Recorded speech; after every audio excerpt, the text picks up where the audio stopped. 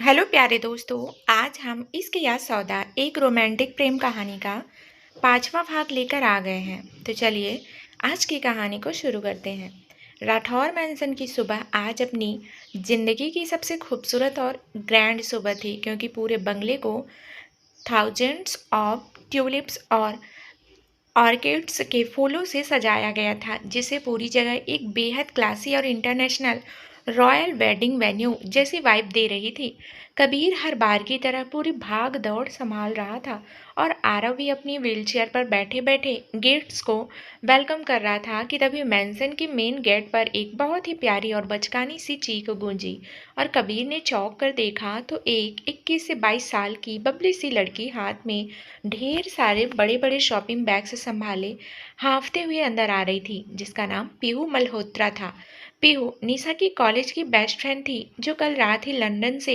Flight land करके सीधे शादी में पहुंची थी और उसकी आदतें इतनी फनी और बचकानी थी कि वह आते ही कबीर से टकरा गई, जिससे कबीर की महंगे डिजाइनर शेरवानी पर उसका जूस का ग्लास हल्का सा छलक गया। कबीर ने अपनी शेरवानी को देखा और गुस्से में अपनी भौहें सिकोड़ते हुए बोला कि व्हाट द हेल, ओए लड़की, अंधेरे में चल रही हो क्या? तुम्हें दिखता नहीं है कि यह कितनी महंगी डिजाइनर शेरवानी है और तुमने मेरा पूरा कैरेक्टर ही खराब कर दिया।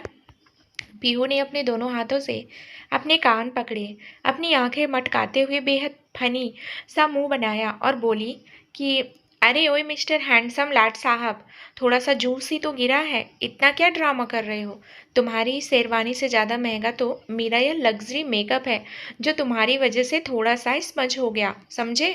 कबीर, जो अपनी लाइफ में हमेशा बहुत ही सीरियस और कड़क रहता था, वह पीहू की इस फनी और बेबाक हरकत को देखकर अंदर ही अंदर पूरी तरह फ्लैट हो गया और उसके होठों पर एक शरारती मुस्कान आ गई जब उसने पीहू को और चढ़ाते हुए कहा कि अच्छा मिस मेकअप क्वीन, अगर तुम अगले 2 मिनट में यहाँ से नहीं हटी तो मैं तुम्हें इस मैंसन की स्विमिंग पूल में धक्का दे दूंगा। पीहू ने अपनी जुबान बाहर निकाली और कबीर को चढ़ाते हुए सीधे निशा के ब्राइडल रूम की तरफ भाग गई, जबकि कबीर पीछे खड़ा मुस्कुराते हुए मन ही मन सोचने लगा कि यार इस लड़की की वाइफ कितनी कमाल की है, यह तो बिल्कुल लाइफ से भरपूर है। और यही फनी तकरार इस कहानी में एक बेहद फ्रेश और नया रोमांटिक ट्रैक सेट कर रही थी। दोपहर के ठीक 4 बज चुके थे और शादी का वो सबसे बड़ा डी डे आ चुका था। अब पूरे लॉन एरिया में बने आलीशान और कांच के मंडप में पंडित जी मंत्र पढ़ रहे थे और कबीर के साथ पूरे रसूख और टसक के साथ विक्रम राठौर बारात लेकर मंडप की तरफ बढ़ रहा था।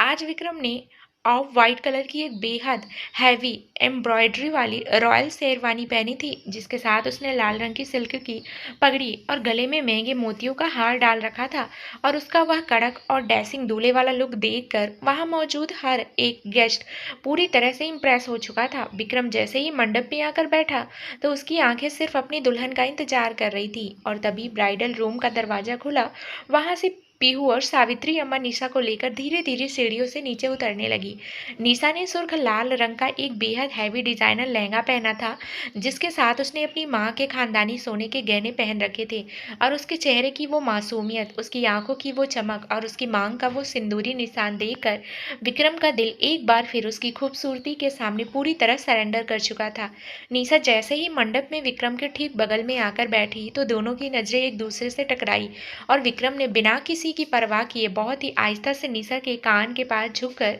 अपनी बेहद धीमी, रसीली और मदहोश कर देने वाली आवाज में कहा कि तो मिसेस विक्रम राठौर, आज से तुम ऑफिशियली और लीगली मेरी लाइफ का वो खूबसूरत सच बन चुकी हो जिसके लिए मैंने पूरे 3 साल का लंबा इंतजार किया है। निशा ने शर्माते हुए अपनी आंखें नीचे कर ली और तभी पीहू ने पीछे से कबीर को कोहनी मारते हुए जोर से कहा कि ओए कबीर जी, जरा अपने इस फ्लर्टिंग दोस्त को रोको, अभी शादी की रस्में पूरी नहीं हुई है और यह अभी से हमारी निशा को परेशान कर रहा है। कबीर ने पीहू के और करीब आते हुए उसकी आंखों में देखा और शरारती आवाज में फुसफुसाया कि तुम दूसरों की फिक्र छोड़ो मिस पीहू, क्योंकि इस शादी के बाद अगला नंबर तुम्हारा और मेरा ही होने वाला है। तो अभी से इसकी आदत डाल लो। पीहू का चेहरा कबीर की इस बात को सुनकर एकदम से लाल हो गया और उसने कबीर के पैर पर अपने सैंडल की हील से हल्का सा दबाव दिया, जिससे कबीर के मुंह से एक दबी हुई फनी से चीख निकली और आरव ने दूर से उनकी इस फनी लड़ाई को देखकर जोर से हंसना शुरू कर दिया। पंडित जी ने जैसे ही फेरों का समय घोषित किया, विक्रम ने निशा का हाथ थामकर उसे खड़ा किया और दोनों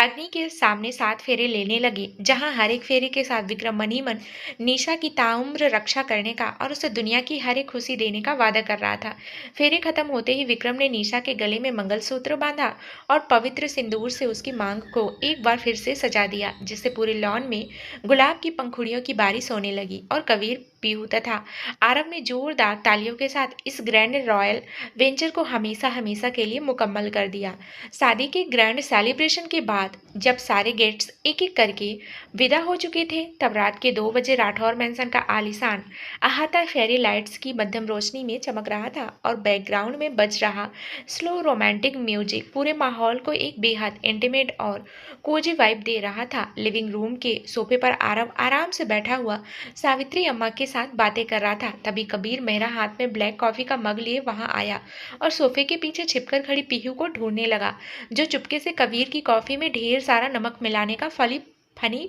प्लान बना रही थी। कबीर ने जैसे ही पीहू की इस बचकानी हरकत को रंगे हाथों पकड़ा, उसने एक झटके में पीहू की कलाई को अपनी तरफ खींचा, जिससे पीहू का बैलेंस पूरी तरह बिगड़ गया और वह सीधे कबीर की बहुत ही करीब आकर रुक गई। उसकी बड़ी बड़ी आंखें कबीर की उन शरारती और हैंडसम आंखों से सीधे टकराई। कबीर ने उसके चेहरे के बिल्कुल पास अपना चेहरा लाते हुए बेहद रसीली और धीमी आवाज में कहा,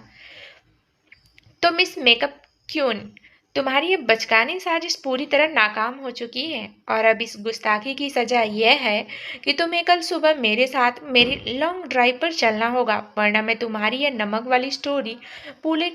पूरे कॉलेज ग्रुप में वायरल कर दूंगा। पीहू का चेहरा कबीर की इस अचानक आई बोल्डनेस और फ्लर्टिंग वाइब को देखकर एकदम से लाल सेव जैसा हो गया और उसने अपनी जुबान चढ़ाते हुए कबीर को पीछे धकेला और जोर से बोली कि तुम बहुत बड़े खड़ूस और ब्लैक मेलर हो कबीर जी। मैं तुम्हारे साथ कभी किसी लॉन्ग ड्राइव पर नहीं जाऊंगी, समझे? और वह शर्मा कर सीधे अपने गेस्ट रूम की तरफ भाग गए, जबकि कबीर पीछे खड़ा अपनी कॉफी का घूंट लेते हुए मुस्कुराने लगा, क्योंकि पीहू की यह फनी और लाइफ से भरपूर वाइब उसके दिल के सूनेपन को पूरी तरह से भर रही थी और यही कश्मकश कहानी में एक नया लव ट्रैक सेट कर रही थी। उधर ऊपर की मंजिल पर बने उस आलीशान और विशाल पेंट हाउस बेडरूम का माहौल इस समय पूरी तरह से ड्रीमी और जादुई हो चुका था, जहां पूरे किंग साइज बेड को ताजे सफेद और लाल गुलाब की पंखुड़ियों से सजाया गया था और कमरे में जल रही मध्यम सुनहरी मोमबत्तियों की खुशबू हवा को बेहद मदहोश कर देने वाला बना रही थी। निशा शर्मा अपने सुर्ख लाल रंग के ब्राइडल लहंगे में बेड के बिल्कुल बीचों बीच बैठी हुई थी। उसके हाथ की कोहनी तक सजी मेहंदी की महक और उसके चेहरे की वो नेचुरल ब्राइडल ग्लो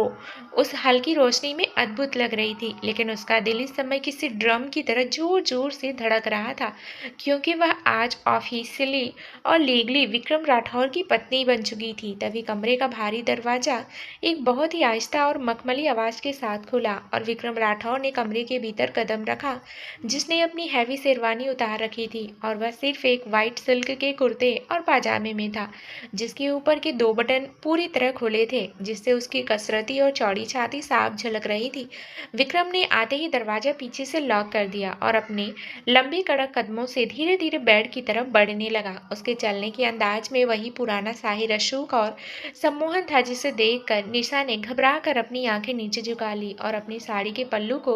उंगलियों में भींच लिया। विक्रम बेड पर चढ़ा और घुटनों के बल रेंगता हुआ निशा के बिल्कुल करीब आकर रुक गया। वह 6 फीट से ऊंचा कसरती बदन इस समय निशा के इतने पास था कि दोनों के जिस्म की तपी से एक दूसरे की रूह को छू रही थी और विक्रम की तेज सांसें निशा के गोरे गालों पर पड़ रही थी। विक्रम ने अपनी लंबी खुरदरी उंगलियों से निशा के घूंघट को बहुत ही धीरे से ऊपर उठाया और उसकी सुंदर ठुंडी को अपनी उंगलियों की गिरफ्त में लेकर उसका चेहरा अपनी तरफ सीधा किया, तो दोनों की नजरें एक बार फिर एक दूसरे में उलझ गई। जहां विक्रम की आंखों में इस समय कोई क्रूरता या बदला नहीं था, बल्कि 3 सालों का छुपा हुआ बेपनाह जुनून और सच्चा प्यार पूरी तरह से झलक रहा था। विक्रम ने निशा के माथे पर सजे उस पवित्र सिंदूर को बहुत ही कोमलता से चूमा और बेहद धीमी, रसीली और मदहोश कर देने वाली आवाज में फुसफुसाया कि तो मिसेस विक्रम राठौर, आज रात से तुम्हारी इस जिंदगी पर, तुम्हारी हर एक सांस पर और तुम्हारे इस खूबसूरत बदन पर सिर्फ और सिर्फ मेरा वफादार पहरा रहेगा। अब अपनी इस नफरत की आखिरी दीवार को भी गिरा दो और अपने इस रक्षक को अपने दिल में हमेशा के लिए पनाह दे दो। निशा की आंखों से राहत और बेपनाह मोहब्बत के आंसू बह निकले और उसने बिना किसी डर या हिचकिचाहट के अपने दोनों नाजुक हाथ विक्रम की चौड़ी मजबूत छाती पर टिका दिए और अपना सिर उसकी धड़कनों के बिल्कुल पास रखते हुए बेहद कोमल आवाज में बोली कि मैं तो पूरे 3 साल पहले ही तुम्हारे इस साय में खुद को हार चुकी थी विक्रम। मुझे बस इस सच का इंतजार था कि तुम कब अपने इस हैवानियत के मुखौटे को उतार कर मेरे सच्चे रक्षक बनोगे। आज रात से मेरा यह पूरा वजूद हमेशा हमेशा के लिए तुम्हारा हो चुका है। विक्रम ने गहरी और जुनूनी कराह के साथ निशा की पतली कमर को अपनी मजबूत बाहों के घेरे में दबोच लिया और उसे एक ही झटके में उस गुलाब की पंखुड़ियों से सजे मखमली बिस्तर पर अपने नीचे ले आया, जहां दोनों के कपड़ों की दूरियां और दिल की तड़प इस रात के घने सुनहरे अंधेरे में पूरी तरह से मिटने लगी। शाही शादी की पहली सुबह राठौर मेंशन के डाइनिंग एरिया में एक बेहद फ्रेश और ब्यूटीफुल वाइब लेकर आई थी, जहां पूरे हॉल में ताजे गुलाबों की महक अभी भी हवा में तैर रही थी और सुबह की गुनगुनी धूप खिड़की के कांच से छन कर डाइनिंग टेबल पर बिखर रही थी। सावित्री अम्मा ने टेबल पर तरह तरह के पकवान, ताजे फल और गर्म कॉफी सजा रखी थी और आरव अपनी व्हीलचेयर पर बैठा हुआ सुबह का न्यूज़पेपर देख रहा था कि तभी कबीर मेहरा व्हाइट कलर की कैजुअल शर्ट और ब्लू डेनिम्स में पूरे डैशिंग लुक के साथ नीचे उतरा। कबीर ने जैसे ही टेबल के पास आकर अपनी कॉफी का मग उठाया, उसकी नज़र डाइनिंग टेबल के दूसरे कोने पर पड़ी, जहां पीहू मल्होत्रा एक क्यूट सी पिंक फ्लोरल शॉर्ट कुर्ती और जींस पहने बैठी थी और जानबूझकर कबीर को देखते ही उसने अपना मुंह दूसरी तरफ घुमा लिया। पीहू असल में कबीर से कल रात की उस फ्लर्टिंग और ब्लैकमेलिंग की वजह से बेहद चिढ़ी हुई थी और वह मनी मन सोच रही थी कि इस बड़े शहर के रईस लाट साहब को आज तो वह मजा चखा कर ही रहेगी। कबीर पीहू के इस गुस्से और उसके चेहरे के फनी एक्सप्रेशन को देखकर अंदर ही अंदर बेहद इंजॉयड और अट्रैक्ट फील कर रहा था, क्योंकि अपनी पूरी लाइफ में उसने हमेशा मतलबी और कारपोरेट टाइप की लड़कियां देखी थी, लेकिन पीहू जैसी लाइफ से भरपूर बचकानी और बेबाक लड़की से उसका सामना पहली बार हुआ था। कबीर ने जानबूझकर अपनी चेयर पीहू के बिल्कुल बगल में खींची और अपनी आंखों में एक शरारती चमक लाते हुए बेहद धीमी और रसीली आवाज में बोला कि good morning miss makeup queen. तो क्या इरादा है आज का? कल रात की उस नमक वाली स्टोरी को तुम्हारे कॉलेज ग्रुप में डाल दूं या आज मेरे साथ लॉन्ग ड्राइव पर चलने का मूड बन चुका है? पीहू ने गुस्से में अपनी कॉप कॉप को टेबल पर पटका और कबीर को घूरते हुए बोली कि तुम बहुत बड़े खड़ूस और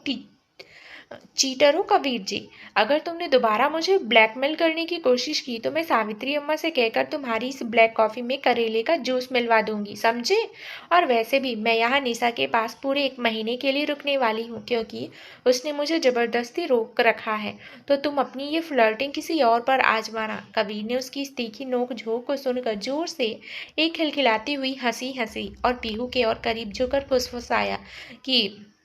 तो तुम पूरे 1 महीने यहाँ रुकने वाली हो। यह तो मेरे लिए बहुत ही कंफर्टेबल न्यूज़ है, क्योंकि अब मुझे तुम्हें चढ़ाने और तुम्हारे इस प्यारे से लाल चेहरे को देखने का पूरा टाइम मिलेगा। पीहू का चेहरा कबीर की इस बात को सुनकर एकदम से टमाटर जैसा लाल हो गया और उसने कबीर को पैर से नीचे मारने की कोशिश की, लेकिन कबीर ने कुर्सी से अपना पैर पीछे कर लिया, जिससे पीहू खुद ही थोड़ा सा अनबैलेंस हो गई और कबीर ने हंसते हुए उसकी चेयर को थाम लिया, जिसे देखकर आरोप ने अपनी हंसी रोकने के लिए न्यूज़पेपर से अपना मुंह ढक लिया। तभी सीढ़ियों से इस नए शादीशुदा कपल यानी विक्रम राठौर और निशा की एंट्री हुई, जिससे पूरा डाइनिंग हॉल एक पल में शांत हो गया। लेकिन उस शांति में एक बेहद इंटेंस और रोमांटिक वाइब घुली हुई थी। आज विक्रम ने लाल वाइट कलर का एक बेहद क्लासी कुर्ता पाजामा पहन रखा था और उसके चेहरे पर हमेशा की तरह वही शाही रसूख और कड़क कैरेक्टर था। लेकिन उसकी आंखें बार बार अपने बगल में चल रही निशा को ही देख रही थी। निशा ने एक बेहद खूबसूरत हल्के पीले रंग की सिल्क साड़ी पहन रखी थी, जिसके बॉर्डर पर चांदी के धागों का बारीक काम था। उसके खुले हुए गीले बाल उसकी पीठ पर लहरा रहे थे और उसकी मांग में लगा विक्रम के नाम का वो फ्रेश सिंदूर और गले का मंगलसूत्र उसकी ब्राइडल ग्लो को एक अलग ही लेवल की रॉयल वाइब दे रहा था। निशा जैसे ही टेबल के पास आई, पीहू तुरंत उठकर उसके पास भागी और उसका हाथ पकड़कर कबीर जी की शिकायत करने ही वाली थी कि तभी उसकी नज़र निशा की गर्दन पर बने उस हल्के लाल निशान पर पड़ी, जिसे विक्रम ने रात को अपने प्यार के जुनून से उकेरा था। पीहू ने अपनी आंखें बड़ी की और बेहद फनी तरीके से निशा के कान में जोर से फुसफुसाया कि ओए होए निशा, यहाँ तो कुछ अलग ही कहानी चल रही है। जरा अपने इस हस्बैंड को कंट्रोल में रखो, आते ही तुम्हें पूरी तरह से अपना बना लिया है क्या।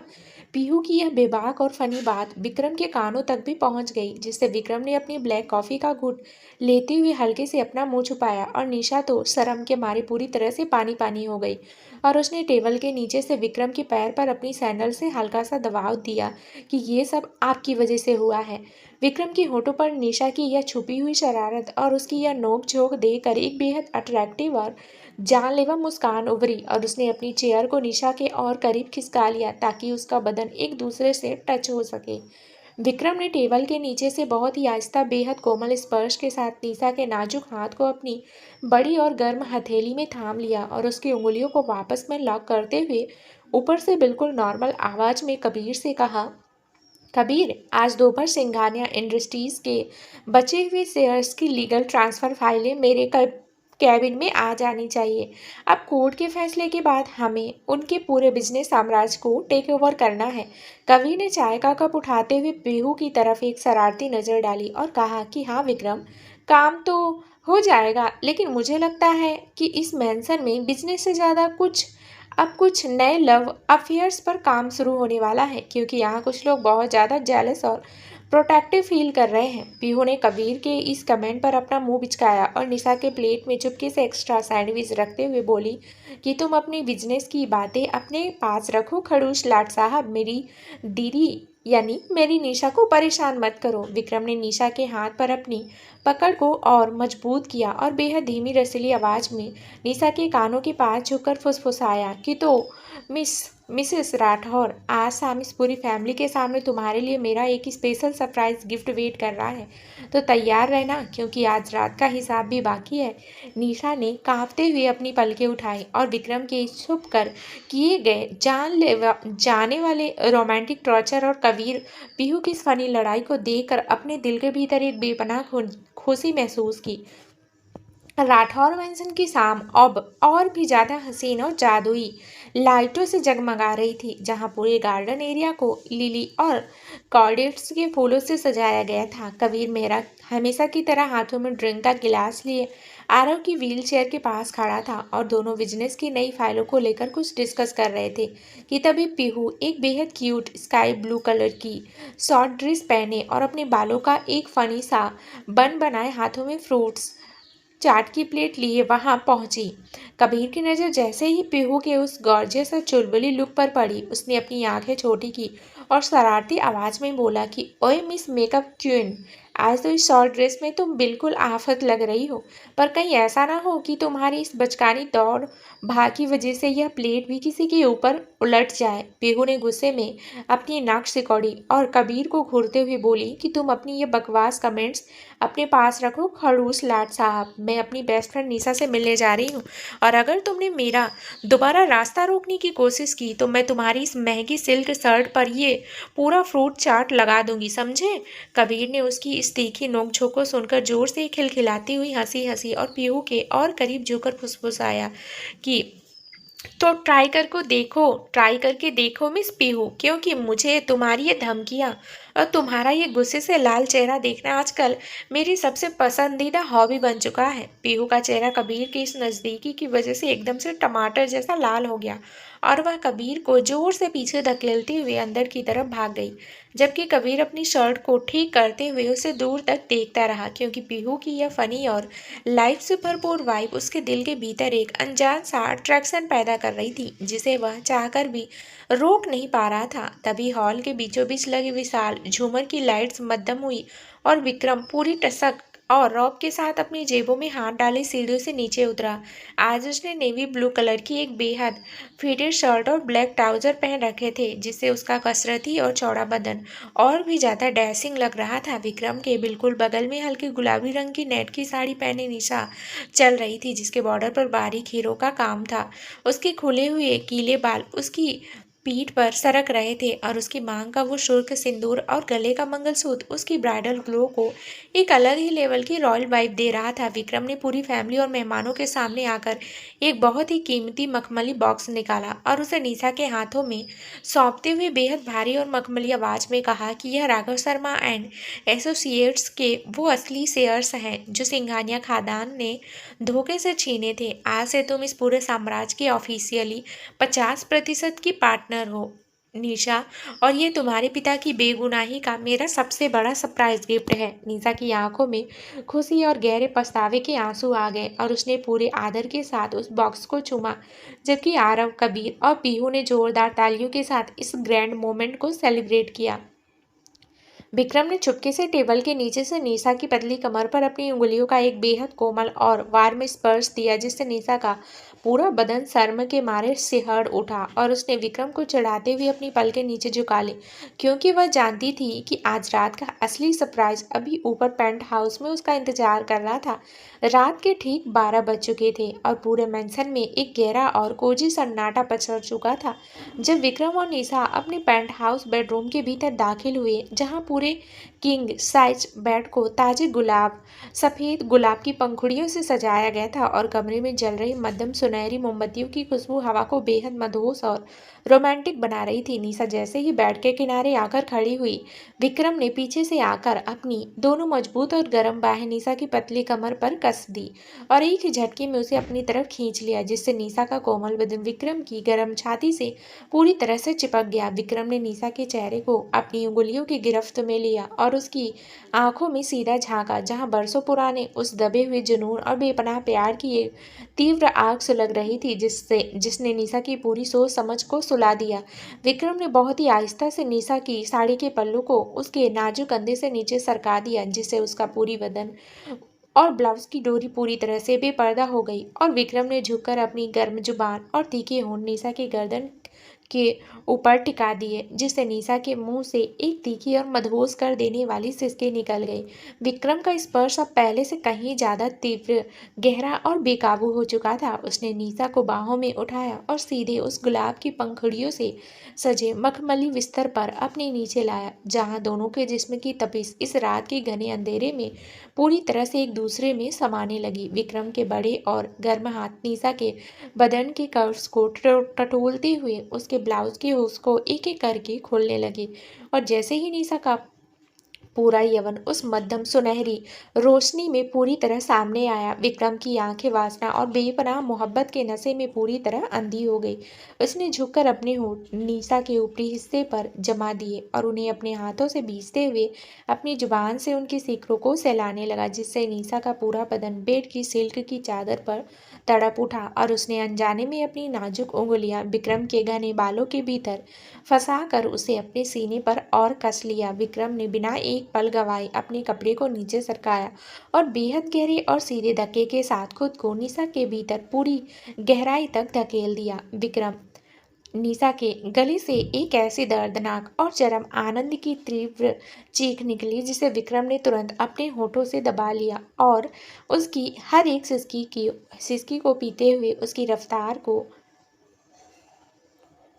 बेकाबू तूफान की तरफ बढ़ा दिया। विक्रम का हर एक तीव्र इतना शक्तिशाली और गहरा था कि बेड का सिराना बार बार दीवार से टकराकर एक तीव्र घर्षण पैदा कर रहा था और दोनों के बदन पसीने की बूंदों से भीग कर उस लाल रोशनी में सोने की तरफ चमक रहे थे। निशा इस डार्क रोमांस और क्रूर वासना के चरम दलदल में पूरी तरह से आत्मसमर्पण कर चुकी थी। उसका बदन विक्रम के हर एक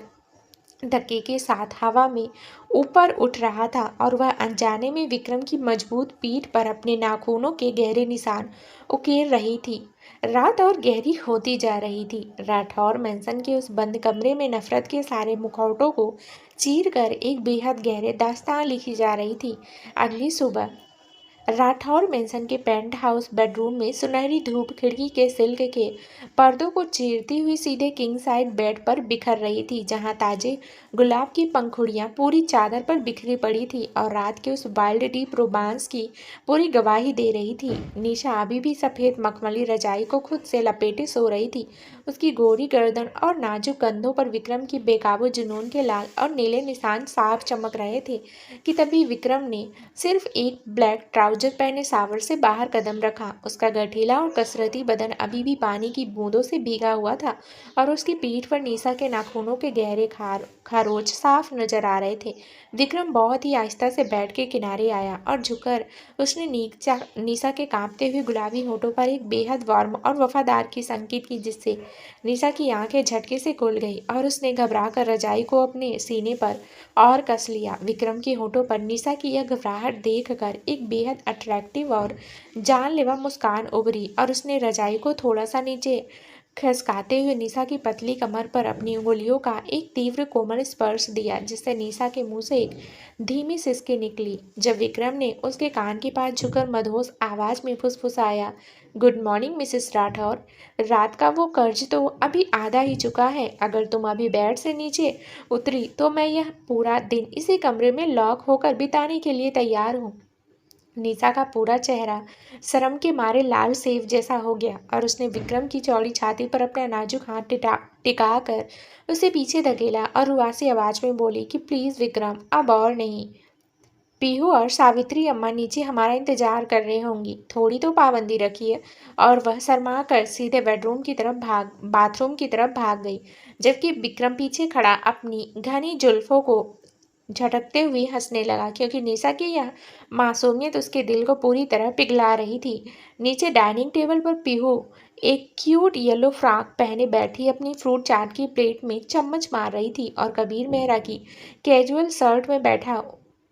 उसे चिढ़ाने का मौका ढूंढ रहा था कि तभी निशा हल्के नारंगी रंग की जॉर्जेट साड़ी में नीचे उतरी। उसके खुले गीले बाल और उसकी मांग का वो सिंदूर उसकी ब्राइडल ग्लो को और बढ़ा रहा था। लेकिन जैसे ही वह चेयर पर बैठी पीहू की पारखी नजरों ने उसकी गर्दन के उन लव बाइट्स को ताड़ लिया। पीहू ने अपनी आंखें बड़ी की और बेहद फनी तरीके से कॉप को टेबल पर पटकते हुए बोली कि ओए होए निशा दीदी, आज तो सुबह सुबह बहुत लेट हो गई। जरा जीजू को बोले कि इतनी भी क्या भूख है जो आते ही तुम्हें पूरी तरह से अपने रंग में रंग दिया। जरा बाहर का मौसम तो देखो। पीहू की इस बेहद फनी और बचकानी बात को सुनकर निशा ने शर्म के मारे अपना मुंह कॉफी के मग में छुपा लिया और टेबल के नीचे से विक्रम के पैर पर अपनी हील दे मारी कि ये सब आपकी वजह से हुआ है। जबकि कबीर ने जोर से खिलखिलाती हुई हंसी और पीहू को चिढ़ाते हुए बोला कि ओए मिस मेकअप क्यून, तुम दूसरों के रोमांस पर कमेंट करना बंद करो और अपनी इस फ्रूट चाट पर ध्यान दो, वरना तुम्हारा यह लग्जरी मेकअप आज फिर से स्पंज हो जाएगा। पीहू ने कबीर की तरफ अपनी जुबान बाहर निकाली और बोली कि तुम अपनी ब्लैक कॉफ़ी पियो। खरूट राठ साहब, मेरे और निशा के बीच मत बोलो। जिससे आरव ने भी न्यूज़पेपर के पीछे से हंसना शुरू कर दिया। तभी निशा के दिमाग में एक बहुत ही खूबसूरत सीक्रेट प्लान आया, क्योंकि उसने कल रात से कबीर की आंखों में पीहू के लिए वो अजीब सा अट्रैक्शन और छिपा हुआ प्रोटेक्शन नोट कर लिया था जो विक्रम 3 साल पहले उसके लिए रखता था। भले ही कबीर अभी इस बात को किसी से नहीं कह रहा था। निशा ने मुस्कुराते हुए विक्रम की तरफ देखा और कबीर से कहा कि कबीर जी, आज शाम घर में एक छोटा सा पूजा का फंक्शन है और मुझे कुछ बहुत ही ज़रूरी शिफॉन की साड़ियाँ और डेकोरेशन का सामान चाहिए। लेकिन विक्रम को बिजनेस मीटिंग में जाना है, तो क्या आप पीहू को अपने साथ लेकर मॉल जा सकते हैं और शॉपिंग में उसकी हेल्प कर सकते हैं। पीहू ने जैसे ही यह सुना, उसके मुंह से एक फनी सी चीख निकली और वह चिल्लाई कि क्या निशा, मैं इस खड़ूस लाट साहब के साथ कभी किसी मॉल नहीं जाऊंगी। यह तो पूरे रास्ते मुझे अपनी बड़ी बड़ी बिजनेस की बातें सुनाकर बोर कर देगा और मेरा मूड खराब कर देगा। कबीर ने अपने चेयर को थोड़ा और पीहू के करीब खिसकाया और उसकी आंखों में आंखें डालकर बेहद रसीली आवाज में फुसफुसाया कि अच्छा मिस पीहू, तो तुम्हें लगता है कि मैं तुम्हें बोर करूंगा। अब तो मैं लीगली और ऑफिशियली तुम्हारे साथ ही शॉपिंग पर जाऊंगा और तुम्हें अपनी वो महंगी कार की लॉन्ग ड्राइव का पूरा मजा चखाऊंगा। अब तुम मना करके दिखाओ। शॉपिंग पर जाने से पहले पीहू जब मैंसन के किचन में चुपके से अपने लिए आइसक्रीम ढूंढने गई थी तभी कबीर भी पानी पीने के बहाने वहां दाखिल हुआ और उसने देखा कि पीहू फ्रिज के ऊपर वाले शेल्फ तक पहुंचने के लिए अपने पैरों की उंगलियों पर खड़ी होकर एक बेहद फनी सा चेहरा बना रही थी। कबीर के होठों पर उसकी बचकानी हरकत देखकर एक बहुत ही अट्रैक्टिव मुस्कान उभरी और वह बहुत ही आहिस्ता से पीछे आया और उसने अपना हाथ पीहू के सिर के ऊपर से ले जाकर वह आइसक्रीम का डिब्बा नीचे उतार दिया, जिससे पीहू झटकी से पीछे मुड़ी और उसका पूरा कोमल बदन सीधे कबीर की चौड़ी और मजबूत छाती से जा टकराया। किचन के उस शांत माहौल में दोनों के बीच की दूरी पूरी तरह खत्म हो गई और कबीर की गहरी सम्मोहक आंखें सीधे पीहू की उन चुलबुली और घबराई हुई आंखों से टकराई, जिससे पीहू का दिल भी पहली बार किसी ड्रम की तरह जोर जोर से धड़कने लगा। कबीर ने आइसक्रीम का डिब्बा पीहू के हाथ में थमाते हुए बेहद धीमी और मदहोश आवाज में कहा, तो मिस मेकअप क्वीन, तुम्हारी हर एक बचकानी हरकत पर अब से इस कबीर मेहरा का पहरा रहेगा। अब जल्दी से तैयार हो जाओ क्योंकि मॉल की वो शाम हमारा इंतजार कर रही है। और वह पीहू के गाल को बहुत ही हल्के से छूते हुए बाहर निकल गया, जबकि पीहू वहीं किचन के प्लेटफॉर्म के सहारे खड़ी अपनी बेकाबू धड़कनों को संभालने की नाकाम कोशिश कर रही थी। किचन के उस मोमेंट के बाद जब दोपहर के ठीक 3 बज चुके थे, तब राठौर मैंसन के लिविंग रूम का नज़ारा देखने लायक था, क्योंकि पीहू अपने दोनों हाथ अपनी पतली कमर पर टिकाए खड़ी पूरी तरह से नखरे दिखा रही थी और कबीर अपनी स्पोर्ट्स कार की चाबी उंगली में नचाता हुआ सोफे पर बैठकर उसे बड़े ही मजे से देख रहा था। पीहू ने अपना मुंह फुलाते हुए बेहद फनी और बचकानी अंदाज में कहा कि मैं बोल रही हूँ ना निशा, मैं इस खड़ूस लट साहब के साथ कहीं नहीं जा रही। इसके चेहरे का ये एटीट्यूड देखकर ही मेरा आधा मूड खराब हो जाता है। और वैसे भी ये मॉल में जाकर अपनी बड़ी बड़ी कॉरपोरेट डील्स की बातें करेगा, जिससे मेरी शॉपिंग का पूरा मजा किरकिरा हो जाएगा। निशा, जो सोफे पर बैठी विक्रम के साथ कुछ वसीयत की फाइलें चेक कर रही थी, उसने कबीर की आंखों में छिपी शरारत को ताड़ लिया और पीहू को समझाते हुए बोली कि पीहू, तुम इतनी बचकानी हरकतें मत करो। कबीर जी बहुत अच्छे हैं और वो तुम्हारी पसंद की सारी शॉपिंग करवाएंगे। आप चुपचाप जाओ वरना शाम की पूजा का मुहूर्त निकल जाएगा। कबीर सोफे से पूरी टसक और रौब के साथ खड़ा हुआ। उसने अपना ब्लैक सन ग्लासेस अपनी आंखों पर चढ़ाया और पीहू के बिल्कुल करीब आकर बेहद धीमी रसीली आवाज में फुसफुसाया, तो मिस मेकअप क्वीन, तुम्हारे सारे नखरे अब खत्म हो चुके हों तो चलो, वरना मैं तुम्हें जबरदस्ती अपनी बाहों में उठाकर कार की फ्रंट सीट पर लॉक करने के लिए मजबूर हो जाऊंगा। पीहू ने कबीर की इस खुली चुनौती को सुनकर गुस्से में अपने पैर फर्श पर पटके एक बहुत ही फनी सा चेहरा बनाया और बड़बड़ाती हुई कार की तरफ बढ़ गई कि तुम बहुत बड़े रूड इंसान हो कबीर जी, भगवान बचाए तुमसे। जबकि कबीर पीछे खड़ा उसकी इस क्यूट वॉक को देखकर अंदर ही अंदर पूरी तरह फ्लैट हो चुका था। थोड़ी देर में कार जब शहर के सबसे बड़े और पॉश गलेरिया मॉल के पोर्च में आकर रुकी, तो पूरे मॉल की लाइट्स और आलीशान शोरूम्स को देखकर पीहू के चेहरे पर वही पुरानी चुलबुली चमक वापस आ गई और वह कार से नीचे उतरते ही सीधे साड़ियों के एक बेहद महंगे डिजाइनर बुटीक की तरफ भाग गई। कबीर अपनी जेबों में हाथ डाले पूरी टसक के साथ उसके पीछे चल रहा था और जैसे ही पीहू ने एक खूबसूरत पेस्टल ग्रीन कलर की शिफॉन साड़ी उठाकर अपने बदन पर लपेट कर आईने के सामने ट्रायल लेना शुरू किया, कबीर की गहरी और सम्मोहक नजरें उसके उस गॉर्जियस रूप पर टिक गई। पीहू ने आईने के पार कबीर को खुद को घूरते हुए देखा तो उसने शरारती अंदाज में पलटकर पूछा कि क्यों मिस्टर खड़ूस, कैसी लग रही हूँ मैं इस साड़ी में, या तुम्हें यहाँ भी कोई बिजनेस की कमी नजर आ रही है। कबीर ने बहुत ही आहिस्ता से अपने कदम आगे बढ़ाए और पीहू के बिल्कुल पीछे आकर खड़ा हो गया। उसकी गर्म सांसें पीहू के गले को छू रही थी जब उसने बेहद धीमी मदहोश आवाज में कहा कि साड़ी तो वाकई बहुत खूबसूरत है मिस पीहू, लेकिन जब तक तुम्हारे गालों का यह लाल रंग इस पर नहीं चढ़ता तब तक इसकी ग्लो अधूरी है। पीहू का दिल कबीर के इतने क्लोज होने की वजह से किसी ड्रम की तरह जोर जोर से धड़कने लगा और उसे पहली बार समझ आया कि कबीर की इस फ्लर्टिंग वाइब पर वह गुस्सा करे या शर्माए। उसका चेहरा पूरी तरह टमाटर की तरह लाल हो गया और उसने घबराकर साड़ी को वापस स्टैंड पर रख दिया। तभी बुटीक के भीतर एक ट्विस्ट आया जब पीहू के कॉलेज का एक बेहद हैंडसम और पुराना दोस्त रोहन अचानक वहां पहुंचा और पीहू को देखते ही वह खुशी से चिल्लाया, पीहू, माय गॉड, तुम यहाँ इस शहर में क्या कर रही हो? और उसने बिना सोचे समझे आगे बढ़कर पीहू को एक बहुत ही टाइट फ्रेंडली हक दे दिया। पीहू भी अपने पुराने दोस्त को देखकर बहुत खुश हुई और वह खुलकर हंसते हुए उससे बात करने लगी। लेकिन दूसरी तरफ खड़े विक्रम राठौर के सबसे पक्के दोस्त कबीर मेहरा का ऑरा एक ही पल में इतना खौफनाक और कड़क हो गया जिसने बुटीक के पूरे स्टाफ का खून जमा दिया। कबीर ने जैसे ही उस रोहन का हाथ पीहू के नाजुक कंधे पर देखा, उसकी आंखों में जलन और गुस्से की एक ऐसी खूंखार चिंगारी भड़की जो उसने अपनी पूरी लाइफ में कभी फील नहीं की थी। कबीर ने बिना एक पल गंवाए अपने लंबे कड़क कदमों से आगे बढ़कर रोहन और पीहू के बीच में अपना 6 फीट का कसरती बदन अड़ा दिया और रोहन के उस हाथ को झटके से हटाते हुए अपनी जेब से अपना प्लैटिनम कार्ड निकाला और बुटीक के मैनेजर की तरफ फेंकते हुए बेहद ठंडी भारी और जानलेवा आवाज में कहा कि इस बुटीक की सारी साड़ियाँ और मिस पीहू ने जो भी सेलेक्ट किया है सब कुछ पैक करो और बिल मेरे नाम करो। और मिस्टर रोहन, तुम्हारी ये दोस्ताना हदें अगर यहीं ख़त्म हो जाए तो तुम्हारी सेहत के लिए अच्छा होगा, क्योंकि पीहू इस समय कबीर मेहरा की कस्टडी में है। कबीर का यह अचानक आया डरावना और पजेसिव रूप देखकर रोहन घबराकर वहां से तुरंत 9-11 हो गया और पीहू पूरी तरह से अवाक खड़ी कबीर को देखने लगी, जिसकी छाती गुस्से के मारे ऊपर नीचे हो रही थी। पीहू ने अपनी बड़ी बड़ी आंखों में एक फनी और सवालिया निशाना लाते हुए कबीर के कुर्ते के कॉलर को अपनी उंगलियों में भींच लिया और बोली कि ओए होए कबीर जी, तुम्हें इतनी मिर्ची क्यों लग रही है? रोहन तो सिर्फ मेरा कॉलेज फ्रेंड था। जब तुम्हें मुझसे कोई मतलब नहीं है तो तुम इतने जेलस क्यों फील कर रहे हो? कबीर ने निशा की टुंडी को अपनी उंगलियों की गिरफ्त में लेने वाले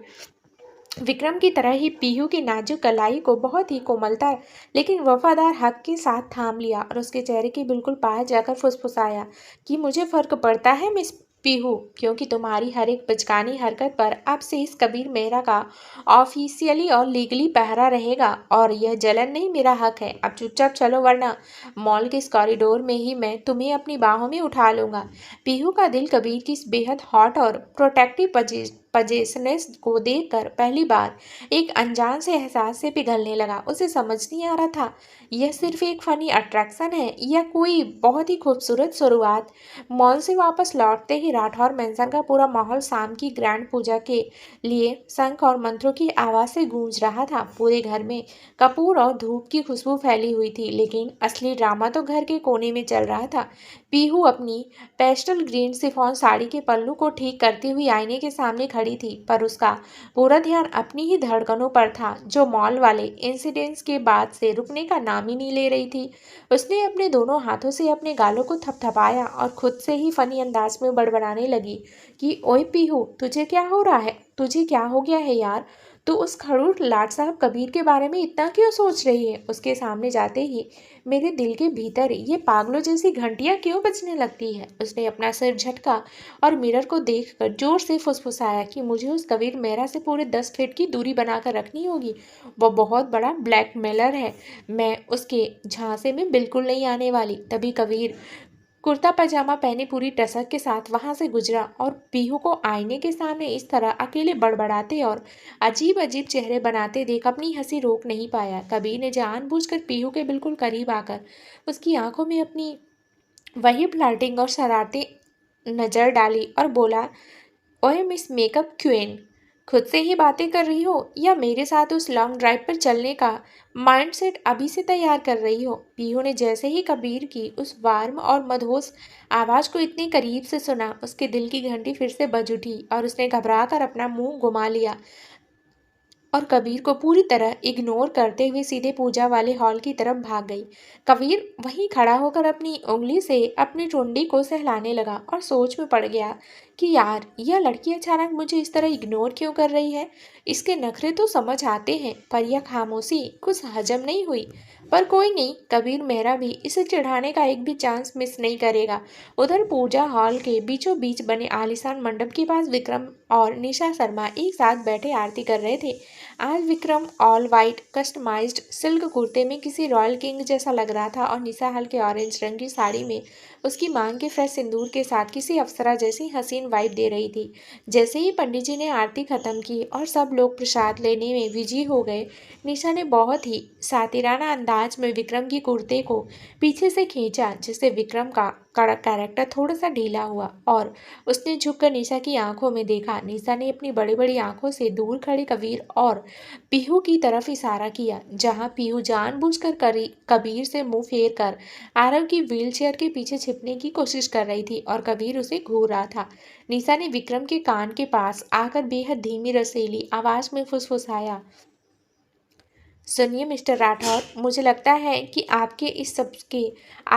इस सबसे पक्के यार कबीर जी का दिल हमारी पीहू पर पूरी तरह से आ चुका है। वो मॉल में भी उसे लेकर बहुत पजेसिव हो रहे थे। विक्रम ने सिगार सुलगाने की अपनी पुरानी आदत को कंट्रोल करते हुए निशा की पतली कमर पर पीछे से अपनी उंगलियों का एक तीव्र और क्लोज स्पर्श दिया, जिससे निशा का पूरा बदन सिहर उठा और विक्रम ने मुस्कुराते हुए कहा कि कबीर बहुत ही रिजर्व इंसान है निशा, लेकिन अगर उसकी आंखें पीहू का पीछा कर रही है तो इसका मतलब है कि खेल बहुत आगे निकल चुका है। तभी पीहू प्रसाद की प्लेट हाथ में लिए दौड़ती हुई वहां आई और विक्रम को देखते ही अपनी चुलबुली और बचकानी आदत के मुताबिक जोर से चिल्लाई कि ओए होए जीजू, जरा अपनी इस लाडली बीवी निशा दी को बोलो कि मुझे इस तरह घूरना बंद करे। और हाँ जीजू, आज की पूजा में आप दोनों की जोड़ी बिल्कुल आफत लग रही थी, नजर ना लगे। पीहू असल में निशा से थोड़ी ही छोटी थी, लेकिन उसकी नादानियों की वजह से वह निशा को दी कहती थी कभी कभी, और उसकी इस फनी जीजू वाली टोन को सुनकर विक्रम की होठों पर भी एक बेहद अट्रैक्टिव और जानलेवा मुस्कान आ गई। तभी पीछे से कबीर आया और उसने जानबूझकर पीहू के हाथ से प्रसाद का पेड़ा छीन कर अपने मुंह में रख लिया, जिसे पीहू ने गुस्से में अपनी नाक सिकोड़ी और कबीर को जोर से कोहनी मारने की कोशिश की, पर कबीर ने फुर्ती से उसे अपनी बाहों के घेरे में रोक लिया। तो दोस्तों, आगे इस कहानी में क्या नया ट्विस्ट आने वाला है, ये जानने के लिए इस कहानी का अगला भाग जरूर सुनें, जो बहुत ही जल्द इस चैनल पर प्रसारित कर दिया जाएगा। धन्यवाद दोस्तों।